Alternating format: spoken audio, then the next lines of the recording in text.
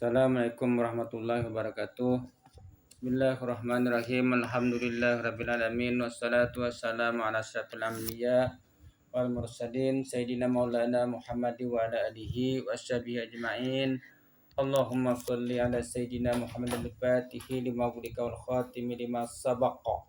Nasirul haqi bil haqi wal hadi ila siratikal mustaqim wa ala alihi haqqa qadrihi wa miqdaril azim. Amma ba'd. Alhamdulillah, puji syukur kita tujukan ke hadirat Allah Subhanahu wa taala.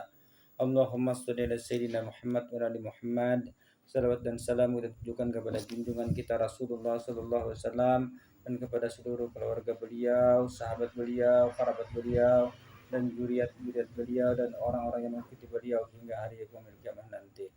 Alhamdulillah, pada sore hari ini kita membuat sebuah video yang mana di dalam video ini kita memberikan suatu informasi yang mengejutkan, yang mana ini terjadi dengan Kiai Imaduddin Utsman Al-Bantani, yang mana kemarin beliau dijadwalkan berceramah di Banyuwangi untuk memperingati Hari Santri Nasional, namun gagal akibat dihalang-halangi oleh para muhibbin habaib yang ada di Banyuwangi. Jadi muhibbin ini mereka mengaku adalah orang-orang yang alim, soleh dan bertakwa. Dan mereka lah yang menghalangi Kiai Imaduddin Utsman Al-Bantani untuk berceramah. Nah, kita dengarkan ini rekaman suara dari Mu'alim Sinter. Ini merupakan sahabat daripada Kiai Imaduddin Utsman Al-Bantani. Ini rekaman suara beliau. Kiai Haji Imaduddin Utsman Al-Bantani berhasil diturunkan tausiah di Stadion Maron Genteng Banyuwangi. Jadi Kiai Haji Imaduddin Utsman Al-Bantani dihalang-halangi, tidak boleh untuk mengisi ceramah atau tausiah di Stadion Maron Genteng Banyuwangi. Padahal panitia sudah menyebarkan pamflet, sudah menyebarkan meme-meme yang ada gambarnya Kiai Haji Imaduddin Utsman Al-Bantani, ada gambarnya Gus Abbas Buntet, ada gambarnya Kiai Alawi Nur Alam. Tetapi tatkala pelaksanaan, semua gambar tiga orang ini harus ditutup. Coba lihat tuh, harus ditutup, tidak boleh ditampakkan. Dan yang paling menyakitkan adalah bahwa Kiai Haji Imaduddin Utsman Al-Bantani tidak boleh mengisi acara tausiah atau ceramah. Hal ini terjadi di Stadion Maron Genteng Banyuwangi. Kronologinya begini. Jadi panitia pada hari Senin tanggal 21 Oktober tahun 2024, para panitia acara Hari Santri untuk tanggal 22 Oktober. Ini kan acara Hari Santri Nasional. Nah, Kiai Haji Imaduddin Utsman Al-Bantani itu santri. Kiai Alawi Nur Alam juga santri.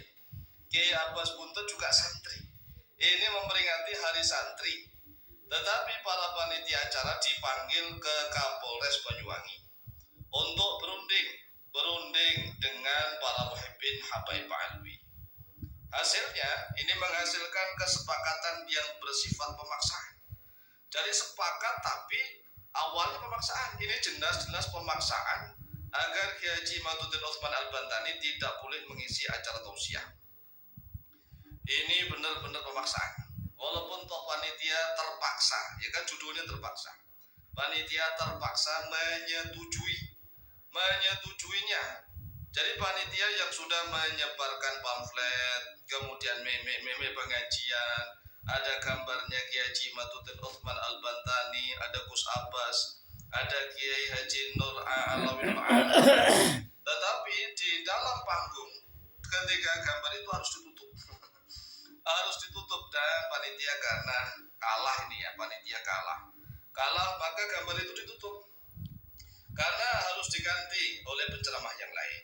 Nah, panitia ini mengabarkan yang mengisi acara tausiah ya tetap Kiai Haji Alawi Nur Alam.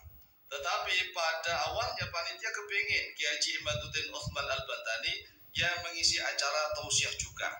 Nah, tetapi oleh para muhibbin sehingga menimbulkan agak sedikit keributan. Dan karena supaya tidak terjadi keributan yang panjang, maka Kapolres Banyuwangi segera menemukan dua belah pihak. Jadi dua belah pihak dipertemukan di Polres nih untuk bermusyawarah berunding. Dan hasilnya ini adalah hasil yang pemaksaan. Hasilnya berhasil menurunkan Kiai Haji Imaduddin Utsman Al-Bantani agar tidak ceramah di acara Hari Santri Nasional. Coba bayangkan nih. Hal ini membuktikan bahwa Indonesia sudah benar-benar dijajah dan dikuasai oleh para Habib Alwi. Sehingga Kiai putra pribumi asli Nusantara harus tunduk, patuh, dan nurut kepada para muhibbin Habaib Alwi. Ini sungguh luar biasa. Padahal nih kalau para muhibbin itu waras sadar, seharusnya kita yang di Yaman, kita ke Yaman nih. Kita di Yaman mengajarkan pengajian di Yaman. Apakah kita nggak mampu? Sama, ilmu itu sama. Ilmu itu dari Al-Quran hadis. Al-Quran apa saja yang sudah ada dipelajari oleh para ulama Nusantara. Mulai dari tafsir yang dahulu, tafsirnya Ibnu Abbas, para ulama Nusantara menguasainya. Kemudian tafsir At-Tabari, para ulama Nusantara menguasainya, walaupun tafsir At-Tabari itu panjang dan besar, jilidnya banyak. Kemudian tafsir Ar-Razi, Mafatihul Ghaib, tafsir Al-Kabir, tafsirnya Imam Qurtubi, tafsir apa saja ulama Indonesia menguasai. Hadis, ulama Indonesia menguasai Al-Kutubus Sittah, minimal itu Al-Kutubus Sittah. Kemudian Al-Musannaf, kemudian kitab-kitab musnad, kemudian Al-Mustadrak, As-Sunan Al-Kubra min Imam Al-Baihaqi. Kemudian kitab-kitab hadis yang lainnya, termasuk salah-salah hadis, bahkan rijalul hadis. Para ulama Indonesia itu tabahur fil ulum, di dalam lautan ilmu. Ilmunya ulama Indonesia itu sama. Hanya saja kalau promosi, kalau para habaib itu kan walaupun ilmunya nggak ada, promosinya yang besar. Promosinya besar kemana-mana. Dan anehnya orang Indonesia ini kan banyak yang bodoh. Banyak yang bodoh karena tidak mau mengkaji ilmu yang mendalam, sehingga termakan oleh promosinya orang-orang Yaman. Hanya kalau promosi. Syekh Muhammad Yasin bin Isa Al-Fadani sudah menulis bahwa ada 130 ulama asli Nusantara yang periwayatan hadisnya paling banyak. 7 diantaranya itu terbanyak, paling banyak. 7 diantaranya itu adalah semuanya orang Indonesia. Ada 130 ulama. 7 yang paling banyak, semuanya juga ulama Indonesia, nggak ada dari Yaman. Ini pernyataan Syekh Muhammad Yasin bin Isa Al-Fadani. Lah ini para muhibbin, Masya Allah, merendahkan para kiai pribumi. Ini benar-benar menunjukkan bahwa para habaib Alwi itu sudah menjajah dan menguasai Indonesia. Karena apa? Karena bodohnya orang pribumi. Bodohnya mental inlander. Mental inlander ingin mencilat dengan cara apa? Memusuhi bangsa sendiri. Kurang ajar namanya. Orang-orang seperti ini kalau lahir pada zaman Belanda, mereka akan menjadi antek-antek Belanda. Orang-orang semacam ini kalau lahir pada zaman Belanda, mereka akan menjadi antek-antek Belanda. Dan sekarang ini mereka antek-anteknya orang Yaman. Kurang ajar. Nah, jadi kita nggak boleh lah kalah. Ayo kita adu ilmu, silahkan. Sekarang kami Al-Faqih Malam sudah mulai ini melepas kesebaran sedikit-sedikit. Mau adu ilmu apa? Silahkan. Sanad hadis silahkan. Mau tentang pengetahuan tafsir silahkan. Mau tentang fikih lintas madzhab, ambil seluruh istilah ulama madzhab silahkan. Mau adu tentang ilmu tasawuf silahkan. Ini kurang ajar. Pribumi asli pribumi diinjak-injak di negeri sendiri. Ini sudah mengucapkan kita ini, membuat kita ini sudah luar biasa. Kami sudah sabar menahan kesabaran. Tetapi kalau mental orang pribumi sendiri yang mentalnya inlander begini ini, ya perlu dikasih pelajaran. Orang pribumi ngisi pengajian di Nusantara, lah kok dihalang-halangi? Ini ente ini mental waras atau mental orang sakit, orang gila?